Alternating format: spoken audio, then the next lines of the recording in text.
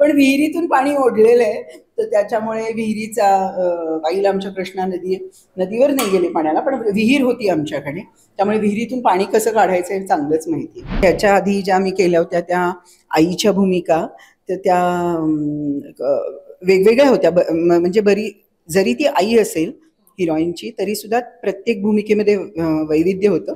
मातृत्वाच्या बाबतीत तिचा एक हळवा कोपरा असतो आणि तो ती कुठेतरी कनेक्ट करते त्या आईच्या भूमिकेत, आणि सासूकडे पण ती काही वेळेला ती त्याच भूमिकेतून बघते, मग तिच्या अपेक्षा नाही पूर्ण झाल्या की ती दुखावते.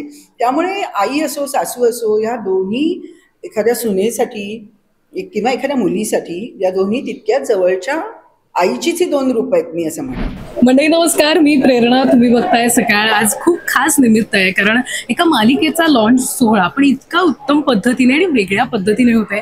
मी पुण्यातील गिरीवर येथील ढेपेवाड्यात आली आणि इथे हा सगळा लॉन्च सोहळा झाला. मुळात या ढेपेवाड्यातली जी आपली मराठमोळी परंपरा असेल किंवा त्या पद्धतीची मांडणी असेल, ही खरं आकर्षित करतात या सगळ्याच गोष्टी. आता मी आहे मुतपाकखानात आणि याच मालिकेतील एक कलाकार जी तुम्हा सगळ्यांची लाडकी, अनेक वर्षांपासून तुम्हा सगळ्यांचं मनोरंजन करतायत. त्या अनेक विविध मालिका असतील आणि मला वाटतं इंट्रोडक्शनची गरज नाही. सविता ताई आहेत आपल्यासोबत. खूप खूप स्वागत आहे सकाळमध्ये. कशा आहात? खूप छान. आणि इथे येऊन या ढेपेवाड्यातून खूप बरं वाटतंय.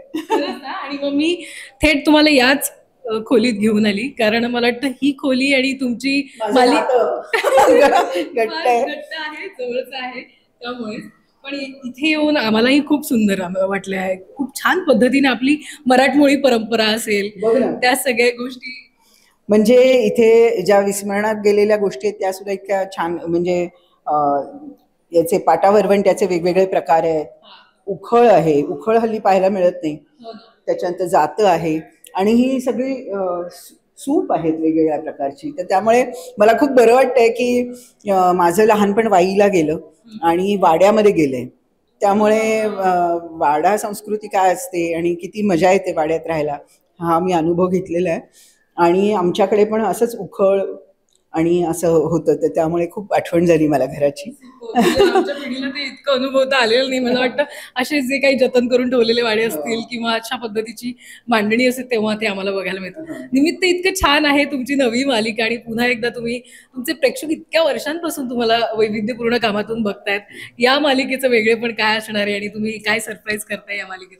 या मालिकेचं आमची नवीन सिरियल येते 18 मार्च पासून स्टार प्रवाहावर, घरोघरी मातीच्या चुली. आणि या मालिकेचं वैशिष्ट्य असं आहे की ही एकत्र कुटुंबाची गोष्ट आहे, आणि वेगवेगळ्या स्वभावाची माणसं एकत्र कुटुंबांमध्ये राहताना कधी गंमत जम्मत असते, कधी रुसवा फुगवा असतो.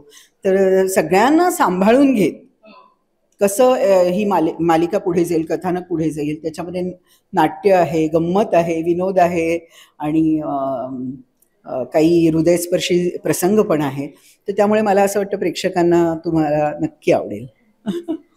महिला ज्या आहेत टेलिव्हिजन बघतात, खास करून ते खूप कनेक्ट होतात. तुमची पात्र असतील किंवा ती कथानक, तुम्ही आतापर्यंत जे जे काम केलेलं आहे त्या मालिका प्रेक्षकांना कायम कनेक्ट झाल्या. आणि त्यातली एक महत्वाची म्हणजे पवित्र रिश्ता ती होतीच. म्हणजे तुम्हाला बघितलं की त्यांना आधी तीच भूमिका आठवते, तर ते होणार नाहीये, पुसट होणार नाहीये ती आठवण. पण या मालिकेतून काय असणार आहे ते वेगळेपण, आधीच्या ज्या भूमिका आहेत वगैरे? तू म्हणतेस ते बरोबर आहे. याच्या आधी ज्या मी केल्या होत्या त्या आईच्या भूमिका, तर त्या वेगवेगळ्या होत्या. म्हणजे जरी ती आई असेल हिरोईनची, तरी सुद्धा प्रत्येक भूमिकेमध्ये वैविध्य होतं. आणि मला वाटतं लोकांना प्रेमळ आई पाहायला आवडते. पण मला तुम्हाला सांगायचं आहे की या मालिकेमध्ये मी प्रेमळ सासू आहे, आणि तुम्हाला ती नक्कीच आवडेल. तर त्यामुळे नाही, मला असं अजिबात म्हणायचं नाही. प्रेमळ सासू असते, आणि सुनेचं भयंकर कौतुक आहे. सून म्हणजे तिचे जीव का प्राण आहे. पण तुम्ही इतकं काम करत असताना इतक्या वर्षांचा अनुभव आहे, तेव्हा जेव्हा केव्हा काहीतरी प्रोजेक्ट येतो तेव्हा नेमकं काय बघितलं जातं की आपल्याला आता काय पद्धतीनं सादर करायच्या आहेत गोष्टी, तर तो काय विचार असतो तुमचा त्याबद्दल? मुख्य म्हणजे की कथानकामध्ये जी मी भूमिका करणार आहे त्याचं किती महत्त्व आहे, आणि तिच्या असण्याने कथानकामध्ये काही फरक पडणार आहे का, लोकांपर्यंत ती पोचण्यासारखी ती भूमिका आहे का, आणि मग निर्माते, चॅनल, सगळे सहकलाकार, ती सगळी भट्टी जमून आली की काम करायला खूप मजा येते. पण या मालिकेत इतकी भट्टी जमलीये, इतकी कलाकार आहेत आणि प्रत्येकाचं एक लोकप्रिय नाव आहे, प्रत्येकाने काहीतरी केलेलं आहे छान.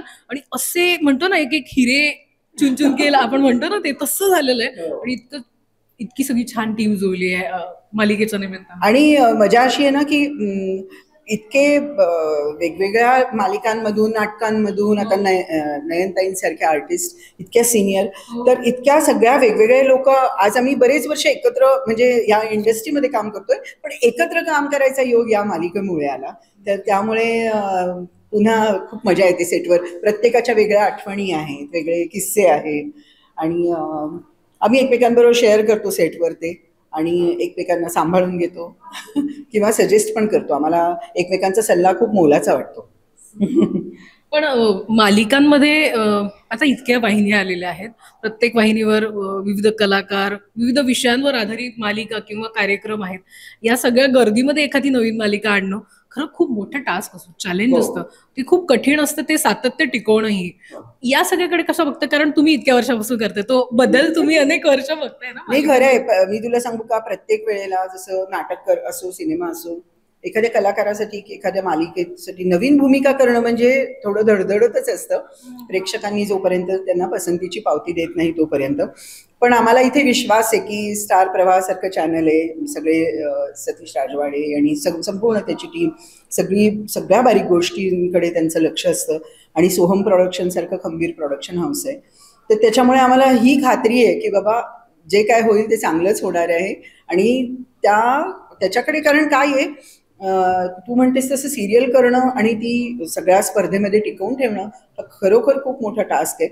पण या लोकांचा सगळ्यांचा अनुभव आणि तो लक्षात घेता देवाकडे प्रार्थना आहे आणि प्रेक्षकांना पण प्रार्थना आहे की तुम्ही आमची सिरियल बघा आणि तुम्ही पसंत करा, तुम्हाला आवडेल, याचा आम्ही जास्तीत जास्त आमच्याकडून प्रयत्न करू. आणखीन एक शेवटचा प्रश्न असा की सासू, आई, सून या कनेक्ट होणाऱ्या गोष्टी आहेत आणि जेव्हा केव्हा अशा पद्धतीच्या भूमिका मालिकांमध्ये येतात तर प्रेक्षक कनेक्ट होतो, महिला वर्ग विशेषतः कनेक्ट होतो. ही बाजू काय वाटते तुम्हाला, याच्यातलं काय गुपित आहे? किंवा मला वाटतं ते गुपित नाहीये, कारण महिला काही माहितीये का की प्रत्येक महिलेला म्हणजे एक मातृत्वाच्या बाबतीत तिचा एक हळवा कोपरा असतो आणि ती कुठेतरी कनेक्ट करते त्या आईच्या भूमिकेत. आणि सासूकडे पण ती काही वेळेला ती त्याच भूमिकेतून बघते, मग तिच्या अपेक्षा नाही पूर्ण झाल्या की ती दुखावते. त्यामुळे आई असो, सासू असो, या दोन्ही एखाद्या सुनेसाठी किंवा एखाद्या मुलीसाठी या दोन्ही तितक्याच जवळच्या आईचीच ही दोन रूप आहेत, मी असं म्हणेन. तर त्यामुळे त्यांच्या बाबतीत प्रेक्षक जास्त आकर्षिला जातो. आपण या खरं तर स्वयंपाकघर आणि त्याच्यामध्ये विविध गोष्टी त्या शेवटी आपण बघूयात, कारण अनेक गोष्टी आता आपल्या स्वयंपाकघरात नाही. आणि ह्या सगळ्या बघितल्या की एकत्र कुटुंबासाठी लागणाऱ्या गोष्टी, डबे, आणि आता हे बघ, साधं आपण जिथे इथे ताक करतो तर आता केवढा मोठा हा हंडा आहे. आणि ही रवी बघितलीस का? हो ना, हे आता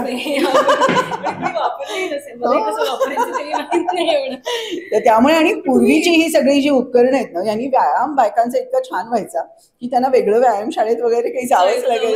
तुम्ही याच्यातलं काय काय वापरलेलं आहे? तुम्ही जसं म्हणता, मी जातं वापरलेलं आहे, पाटा वरवंटा वापरलाय पण एवढा नाही. पण जातं मला आठवते, मी मुद्दाम वापरलेलं आहे बाईला. आता नाही.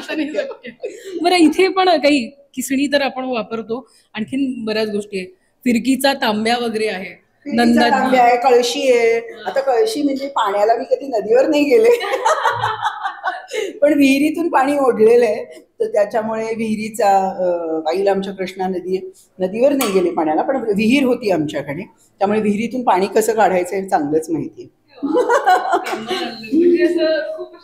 नॉस्टॅल्जिया आहे खरं तर आमच्यासाठी. आणि मला ह्याचं सुद्धा डिझाईन बघ ना, किती सुंदर डिझाईन आहे ह्याचं. अशा पद्धतीचं हल्ली बघायला सुद्धा मिळत नाही, अगदी म्हणजे ऐतिहासिकच वाटते मला. आणि हा डबा मला ना शेवटी असं सांगावं वाटतं की या मालिकेच्या निमित्तानं एकत्र कुटुंब पद्धती जी कुठेतरी नाहीशी होत चालली आहे, ती कुठेतरी ते प्रेक्षकांना मालिकेच्या माध्यमातून बघायला मिळेल आणि तो कनेक्ट जो आहे कुटुंब पद्धतीचा तो छान पद्धतीने त्यांच्यापर्यंत पोहोचेल. अगदी बरोबर बोललीस, कारण खरंच मी तुला सांगते की मी माझ्या मैत्रिणींना किंवा मला सुद्धा मी अनुभवताना पाहिले. बऱ्याच वेळेला मी जेव्हा मुंबईत होते, म्हणजे मुंबईतच मी जेव्हा करिअर सुरू केलं त्याच्यानंतर कितीतरी वेळा असं वाटलं की घरचं कोणीतरी पाहिजे होतं, म्हणजे एकत्र कोणी जर असतं, एकत्र फॅमिली असती तर फार बरं झालं असतं. तर त्यामुळे मला असं वाटतं की ती एक मानसिक गरज असते एकत्र कुटुंब ही, आणि ती ज्यांना ज्यांना मिळालेली आहे ना ते सुदैवीच म्हणावे लागतील. आणि आमची सिरियल बघून तुम्ही सुद्धा एकत्र फॅमिलीकडे आकर्षिले जाल आणि तुम्हाला खूप आवडेल कारण काय, शेवटी आपण घरी असो किंवा बाहेर असो सगळ्यांना सांभाळूनच घेत असतो, मग आपल्या माणसांना का नाही असा प्रश्न पडत असतो. नक्कीच, नक्कीच, नक्कीच. आणि खूप छान विषय तुम्ही घेऊन येत आहेत. इतकी कलाकार मंडळी या मालिकेत आहे, मला वाटतं नक्कीच प्रेक्षक पसंती देतील या मालिकेला. खूप खूप शुभेच्छा यासाठी आणि तुम्ही छान मनमोकळे बोललात आणि इथे छान वेळ तुमच्यासोबत घालवता आला. Thank you so much. Thank you ma'am so much. महाराष्ट्रातील सर्व बातम्यांचे विश्वासार्ह व्यासपीठ, सकाळच्या सर्व सोशल मीडिया प्लॅटफॉर्मला लाईक, फॉलो आणि सबस्क्राईब करा. तसंच सर्व नोटिफिकेशनसाठी बेल आयकॉन प्रेस करायला विसरू नका.